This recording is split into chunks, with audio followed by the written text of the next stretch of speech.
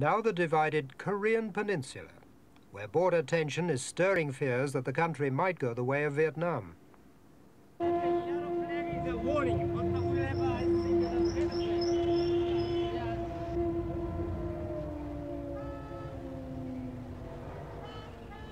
The South's capital, Seoul, on an air raid practice day. In the minds of the people here, the fear of a full-scale war grows day by day, fed by the collapse of South Vietnam.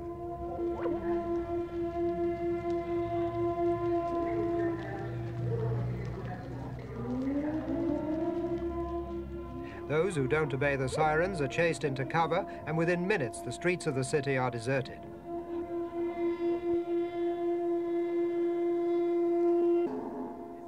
The blue flag means an imaginary air raid's taking place.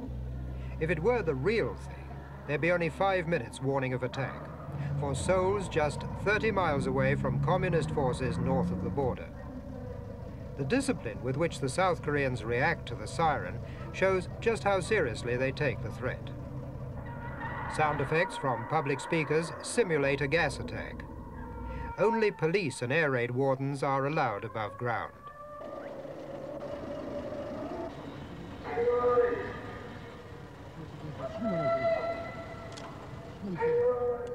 Ten minutes later, to the sound of the all clear, Seoul streams back into life from the underground railway where the citizens have taken refuge.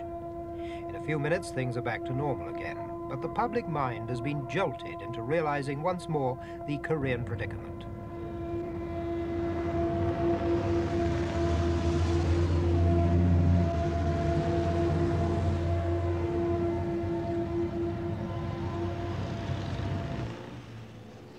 In another part of the city, the emergency services are testing their readiness.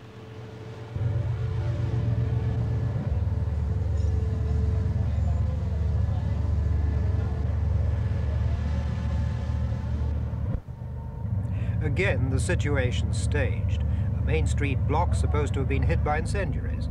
But the exercise gives the fire department a valuable lesson, and it illustrates the South Korean government's conviction that if they have to fight in reality, they will be prepared. For almost 22 years, there's been a shaky truce between South Korea and the Communist North. Hardly a month passes without some incident reminding the Seoul government of the day in June 1950 when North Korean troops launched a surprise war across the 38th parallel. Today, the demilitarized zone between the two countries is manned by forces from America and the United Nations, as well as those of the North and South. 150 miles of fencing spans the peninsula, marking the center of the DMZ, a 2.5-mile wide no-man's land.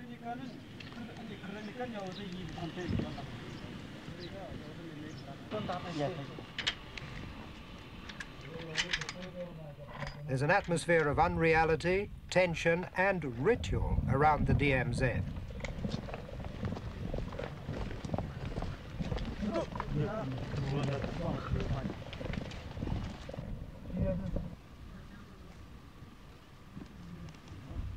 The South Koreans regularly patrol the area, searching for signs of communist activity, but aware that they themselves are under close scrutiny from the forces of the North's president, Marshal Kim Il-sung. Now the strain on the DMZ's almost reached breaking point. Soon after the collapse of South Vietnam and Cambodia, Kim Il-sung visited Peking and sparked off rumors that he was seeking support for an offensive against the South. No one heard these rumors with quite the same trepidation as the men here at the front line.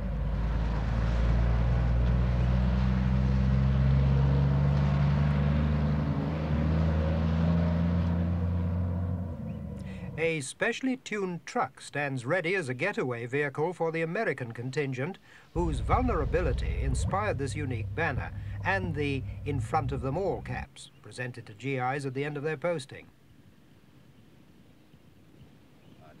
The lonely building in no man's land is where the original truce was signed back in '53. It's now a North Korean museum of American war atrocities. Down in front, you see some... 2 MPs guard the hut where the Armistice Commission now meets with growing hostility. The North Koreans are determined to display their superiority even down to the size of their flag on the conference table. An American soldier told us that when the Commission meets to discuss alleged violations of the Truth Agreement, the Communists come prepared with a small platform to raise their chairs and put them level with their opponents. But militarily, the North Koreans are equals. As this or espionage agents into the South hints. And send military arms and equipment to the so-called underground elements in the South. The forces of North and South are almost perfectly matched. The Communists have a superior air force. The tunnel he helped build is in the demilitarized zone, some 4 kilometers southwest of Panmunjom. He says he learned from the Anti-South Operations Secretary that there were more than 10 such tunnels nearing completion on the military demarcation line, and the tunnel is believed to extend at least 3 to 4 kilometers further north from the northern limit, following similar routes under the border between the two countries. This map, released by South Korea, when it was discovered, the tunnels run underground for about 3.5 kilometers.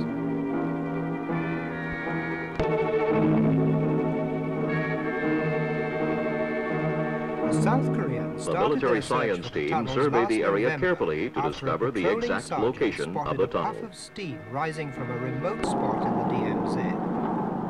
Exploratory drilling began after aerial photography had revealed the likeliest locations of the tunnels.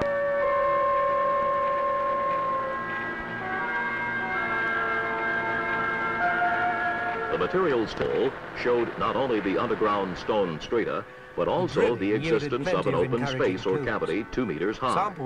It was construed that there was an artificial excavation under the ground, as no found their way into the granite except on the boots of tunnels. There were even particles of gunpowder found. At a point 80 meters from the entrance of the intersecting tunnel, the infiltration tunnel was found when a blast was set off. Of 14 tunnels, and they are convinced they would only have been built as a means of invading their country from the north. Water is flowing through the holes drilled by the South. These holes attest to accurate a view with the camera facing north in the tunnel. This is the intersecting tunnel built by the Korean Army. This is the 300-meter southern portion of the infiltration tunnel seen have already been killed inching their way along the heavily booby-trapped passages. But some remarkable discoveries have been made. A narrow-gauge railway with bypasses and a roundhouse. This is the interior of the approach tunnel. Trucks can run freely on the rails. South Koreans the Korean Army installed lighting facilities to facilitate investigations. Without a single casualty. By an explosion in the tunnel while they were making a closer examination. Dug under rocky hills for the most part, in a press interview held in Seoul, the 2 defectors related that the tunnel building was ordered by South Korea in a lightning strike timed to be completed in 3 days before American aid could arrive. Rear Admiral Henry Morgan of the United Nations Command called on North Korea to account for the tunnels. He told the 356th meeting of the Armistice Commission that there could be no doubt about who had constructed the tunnels. He warned North Korean representatives of the serious consequences of what he called such patently illegal activities. With evidence collected from the tunnels publicly displayed, Kim Il-sung accused the Americans and South Koreans of fabricating the tunnel story for political purposes.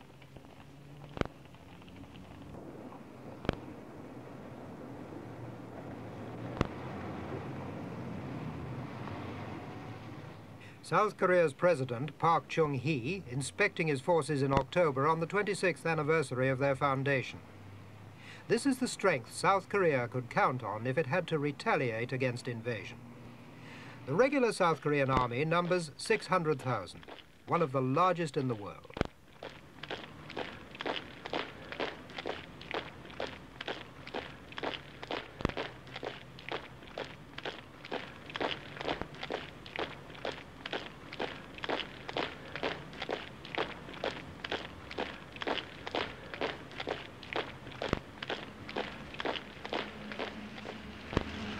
South Korea's weakness is its air force.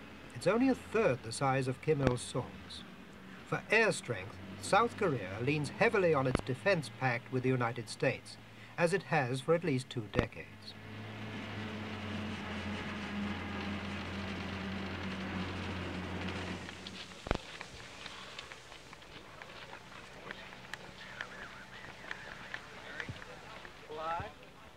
Last November, President Ford visited some of the 38,000 GIs still stationed in South Korea, 21 years after the armistice was signed.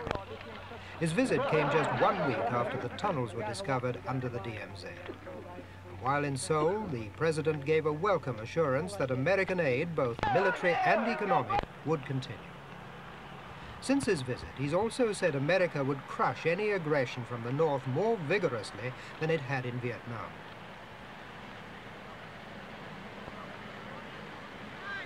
The motive for American support is not wholly political, for if South Korea were to be the next Asian domino, it would be a rich prize indeed.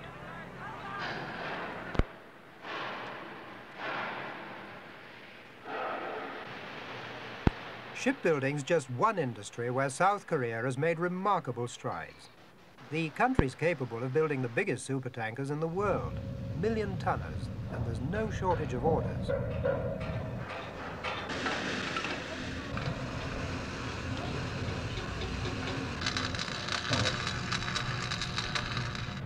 The country's growth rate has averaged 10% for a decade, and experts predict a bigger boom is yet to come.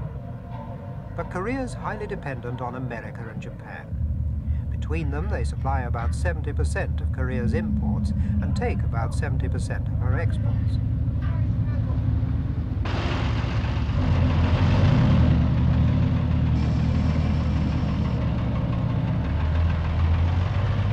When it's complete, this will be South Korea's first car factory.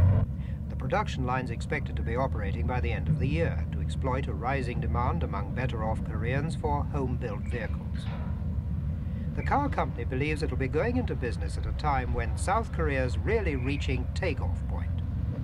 For incomes are likely to double before 1980, and economists are forecasting South Korea will experience the kind of miracle which swept Japan into the industrial forefront in the late 50s.